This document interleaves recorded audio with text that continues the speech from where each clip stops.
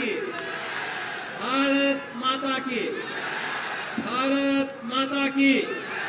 जंबेश्वर महाराज की, वो जंबेश्वर भगवान की।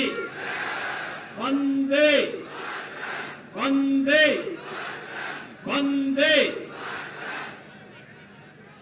भारतीय जनता पार्टी के कर्मठ जिलाध्यक्ष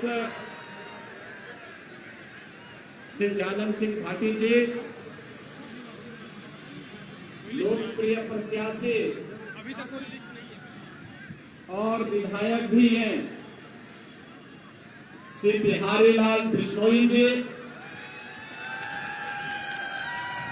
मंच पर उपस्थित श्रीनिवास जवर जी, आत्माराम जी, कन्हैया लाल जी, आसकरण जी, मेघ सिंह जी, अनूप सिंह जी, राजाराम जी, रामदयाल मेघवाल जी, भारी संख्या में नोखा में उपस्थित मेरे नोखा विधानसभा क्षेत्र से उपस्थित सभी भाइयों और बहनों, इस पावन धरा को, जिस पावन धरा में गुरु जंबेश्वर भगवान की जो तपोस्थली है, वीर तेजाजी महाराज और बाबा सिद्ध रामदेव की जो पावन धरा है, और यही नहीं पूरे देश और पूरी दुनिया के अंदर श्रीमद् भागवत महापुराण और श्री राम कथा को जन जन तक पहुंचाने वाले पूज्य संत राम सुखदास जी की भी जो तपोभूमि है, इस तपोभूमि को कोटि कोटि नमन करते हुए मैं आप सबका हृदय से अभिनंदन करता हूं। भाइयों बहनों, मुझे आश्चर्य हो रहा था कि मैं पिछले कई दिन से राजस्थान के अलग अलग जनपदों में घूम रहा हूं, और हम लोग तो जो एक बार बोल लेते हैं फिर उसको हर हाल में निभाते हैं। कांग्रेस के लोग अपनी हार को पक्का देख करके कल से अफवाह फैला रहे थे कि अब मैं यहां नहीं आ रहा हूं। अगर मुझे जो भी फोन करता, मैं कहता हूं मुझे नोखा जाना है, मेरी दूसरी सभा वहीं पे है, लेकिन लोग यहां ये लोग कहते थे कि नहीं आ रहे हैं। भाइयों बहनों, हम लोग तो प्रभु राम के भक्त हैं, और प्रभु राम के बारे में कहा जाता है, रघुकुल रीति सदा चली आई, प्राण जाए पर नोखा आने का जो वचन दिया था उसको पूरा करने के लिए एक बार फिर से मैं आपके बीच में यहां पर उपस्थित हूं। इस धरा को नमन करते हुए आप सबका मैं अभिनंदन करता हूं। भाइयों बहनों, 5 वर्ष कांग्रेस शासन के राजस्थान की दृष्टि बड़ी वेदना के हैं, पीड़ा के हैं, अव्यवस्था और अराजकता के हैं। ये पीड़ा, ये जो वेदना कांग्रेस ने राजस्थान वासियों को दी, जो राजस्थान अपने शौर्य के लिए, अपने पराक्रम के लिए, अपनी भक्ति के लिए, अपनी शक्ति के लिए, अपने आतिथ्य सत्कार के लिए, और यही नहीं, राजस्थान पूरी दुनिया के अंदर जितनी अच्छी मिठाई और नमकीन बनती है उसमें बीकानेर और राजस्थान का ही सबसे बड़ा योगदान है। उस राजस्थान को वेदना दी है कांग्रेस ने।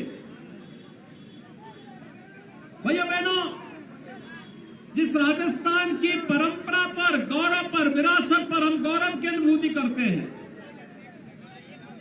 राणा सांगा और महाराणा प्रताप की परंपरा पर कौन भारतीय है जो गौरव की अनुभूति न करता हो? महारानी पद्मिनी के जौहर पर कौन भारतीय है जो नतमस्तक न न होता हो, मीराबाई के बारे में किसके मन में श्रद्धा का भाव पैदा न होता हो। और भाइयों बहनों, एक लंबी परंपरा सिद्धों की, योगियों की, गुरुओं की, संतों की इस राजस्थान ने देश को दी है। ये वही राजस्थान आज कांग्रेस सरकार की व्यवस्था, अराजकता का शिकार बना है। राजस्थान में दंगे हो, राजस्थान भ्रष्टाचार के मामले में आज देश के अंदर नंबर 1 पर, महिला संबंधी अपराध में नंबर 1 पर, साइबर अपराध में नंबर 1 पर, महंगाई में नंबर 1 पर, डीजल और पेट्रोल पर वैट वसूलने वालों में सबसे ज्यादा ये राज्य यहां के नागरिकों से वैट वसूली कर रहा है। और युवाओं के जीवन के साथ खिलवाड़ करते हुए भी राजस्थान में सर्वाधिक पेपर लीक की घटनाएं राजस्थान के अंदर हो रही। भाइयों बहनों, याद करिए, अगर राजस्थान में बीजेपी की डबल इंजन की सरकार होती, ऐसा कभी नहीं होता, कभी नहीं होता। ये जो माफिया है भाइयों बहनों, ये जो माफिया है, इन्हीं माफियाओं के लिए हम लोगों ने यूपी में बुलडोजर का अनुसंधान किया है। ये इन्हीं माफियाओं के लिए, कोई खनन माफिया, कोई भू माफिया, कोई पशु माफिया, कोई नकल माफिया, कोई पेपर लीक का माफिया और कोई यहां पे संगठित अपराध में संलिप्त माफिया, ये सब सत्ता का संरक्षण प्राप्त कर लिए। कांग्रेस आज जब भारत दुनिया के अंदर अपना एक सम्मान बढ़ा रहा है, भारत की ताकत का एहसास प्रधानमंत्री मोदी जी के नेतृत्व में पूरी दुनिया कर रही है। कांग्रेस के समय में देश की स्थिति क्या थी? दुनिया के अंदर भारत कहीं जाता था, सम्मान नहीं होता था, भारत को गलत निगाहों से लोग देख रहे थे। लेकिन प्रधानमंत्री मोदी जी ने देश का सम्मान बढ़ाया, देश की सीमाओं की सुरक्षा की। हमारे बीकापुर के नौजवान, बीकानेर के नौजवान, और यही नहीं, राजस्थान का नौजवान देश की सीमाओं की सुरक्षा करते करते अगर आवश्यकता पड़ी है तो मातृभूमि के लिए अपना बलिदान देने में कभी पीछे नहीं रहा है। लेकिन कांग्रेस के समय में लापरवाही का हद क्या थी? आतंकवादी घुसपैठ करता था, घुसपैठे भारत की धरती पर घुस जाते थे, सरकार देखती रहती थी, कुछ नहीं करती थी। और आज ये नया भारत है, छेड़ते नहीं है, लेकिन कोई छेड़ेगा तो उसको छोड़ते भी नहीं है। आतंकवाद ही नहीं, आतंकवाद के आकाओं को भी ठिकाना लगाने का काम नया भारत करता है। भाइयों बहनों, ये देश का स्वाभिमान का प्रश्न खड़ा होता है तो भारत उसके खिलाफ लड़ता है। और इसीलिए आज आए हम आपसे आह्वान करने के लिए, एक तरफ भारत की बढ़ती हुई ताकत पूरी दुनिया के अंदर हम महसूस कर सकते हैं, दूसरी ओर कांग्रेस के द्वारा दी गई समस्याओं का समाधान। कांग्रेस ने आतंकवाद की समस्या दी, मोदी जी ने धारा 370 को समाप्त करके आतंकवाद की समस्या का समाधान का रास्ता दिया। कांग्रेस ने नक्सलवाद की समस्या दी, मोदी जी ने गरीब कल्याणकारी योजनाओं के माध्यम से उन गरीबों के प्रति अपनी सहानुभूति, उन गरीबों के प्रति अपनी पूरी सिंपैथी लगाते हुए उनके कल्याण की योजनाएं दी। कांग्रेस ने अलगाववाद दिया, मोदी जी ने कनेक्टिविटी दी। आज विकास हो रहा है, वर्ल्ड क्लास कनेक्टिविटी, हाईवे बन रहे हैं, रेलवे बिछ रही है, वंदे भारत ट्रेन, अच्छी ट्रेन, वर्ल्ड क्लास ट्रेन चल रही है, एयरपोर्ट बन रहे हैं, एम्स, आईएम, आईआईटी, हर घर नल की योजना। गरीबों के लिए मात्र 9 वर्ष में जो कांग्रेस 55 वर्षों में नहीं कर पाई, मोदी जी ने मात्र 9 वर्ष में 4 करोड़ गरीबों के मकान बना दिए। 12 करोड़ गरीबों के घर में शौचालय बनवा दिए, 4 करोड़ गरीबों के घर में बिजली पहुंचा दी, 10 करोड़ गरीबों को फ्री में उज्ज्वला योजना के कनेक्शन उपलब्ध करवा दिए। भाइयों बहनों, 50 करोड़ लोगों को स्वास्थ्य बीमा का कवर भी मोदी जी ने दे दिया।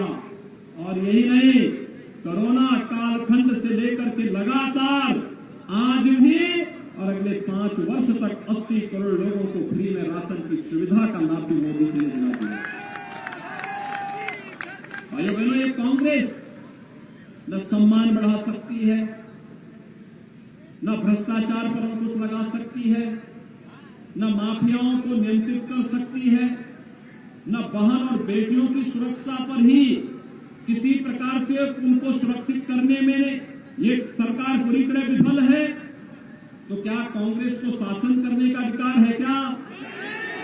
भाइयों बहनों, चुनाव सहानुभूति का नहीं होता है, ठोस से निर्माण करने का एक अवसर होता है। ये तो आपकी आस्था का सम्मान भी नहीं कर सकती सरकार। ये सरकार तो आपकी आस्था का सम्मान भी नहीं कर रही है। आपने देखा होगा, रामनवमी के अवसर पर यहां दंगे हुए थे। रामनवमी के अवसर पर यहां पर कर्फ्यू लगा था, रामनवमी के जुलूसों को रोका गया था। हर पर्व और त्योहारों के समय सरकार हिंदुओं पर अंकुश लगाती है। और इसलिए भाइयों बहनों, हम सब आपके पास आए हैं कहने के लिए, हम लोग बोलते कम है, करने में विश्वास करते हैं। और ये आपने देखा होगा, कांग्रेस के लोग हंसते थे जब हम लोग कहते थे कि रामलला हम आएंगे, मंदिर वहीं बनाएंगे। आज राम मंदिर बन रहा है ना, कोई संदेह? राम मंदिर के निर्माण में कोई संदेह? बन रहा है ना? आप मुझे बताओ, यहां से नोखा से कितने लोग अयोध्या जाने के इच्छुक हैं? वाह भाई, पूरा नोखा ही अयोध्या आना चाहता है। आप सबका अभिनंदन है। और भाइयों बहनों, 22 जनवरी 2024 को प्रधानमंत्री मोदी जी के कर कमलों से 500 वर्षों का इंतजार समाप्त होगा। प्रभु राम फिर से अयोध्या में राम जन्मभूमि में, अपनी जन्मभूमि में फिर से विराजमान होंगे। हर भारतीय का सिर चौड़ा होगा, गर्व से चौड़ा होगा कि मेरे प्रभु फिर से आए हैं अपनी भूमि पर फिर से उनका अवतरण हो गया है। और भाइयों बहनों, इस अवसर पर मैं आप सबसे अपील करूंगा, आप श्री बिहारी लाल बिश्नोई जी को जयपुर फिर से जिता करके भेजिए। सहमत है ना? सभी लोग सहमत हैं? और भाइयों बहनों, मैं देखिए, आपके जो सांसद हैं, केंद्रीय मंत्री हैं श्री अर्जुन राम मेघवाल जी से भी और बिहारी लाल बिश्नोई जी से भी कहूंगा कि जनता जनार्दन का आशीर्वाद इन लोगों को मिले और प्रभु राम का आशीर्वाद आपको मिले। इसलिए नोखा के लोगों को लेकर के अयोध्या में लोग पधारे।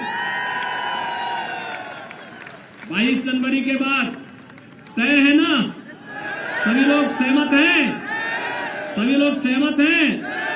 मैं आश्वस्त होकर के जाऊंगा कि बिहारी लाल जी कमल चुनाव चिन्ह पर चुनाव जीत करके जा करके और जयपुर में शपथ लेंगे। सभी लोग सहमत हैं? सभी लोग? भाइयों, फिर आपने जो कहा उस वायदे को फिर हम लोग निभाएंगे। एक बार आप मेरे साथ बोलेंगे, जय श्री राम, जय जय श्री राम।